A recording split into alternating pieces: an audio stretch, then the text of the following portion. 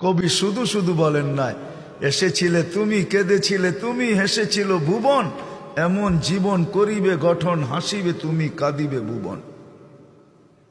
চলে যেতে হবে, কে কখন যাব এটাও জানি না।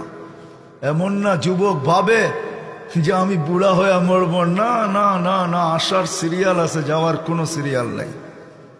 ফেরেশতারা এই জন্যই আল্লাহকে বলছিলেন, এত সংখ্যা কেন বানাইছেন, দুনিয়াতে জায়গা নেবে না। আল্লাহ বলছে জাআলতু লাহুমুল মাউত, আসবে যাবে, জায়গার অভাব হবে না।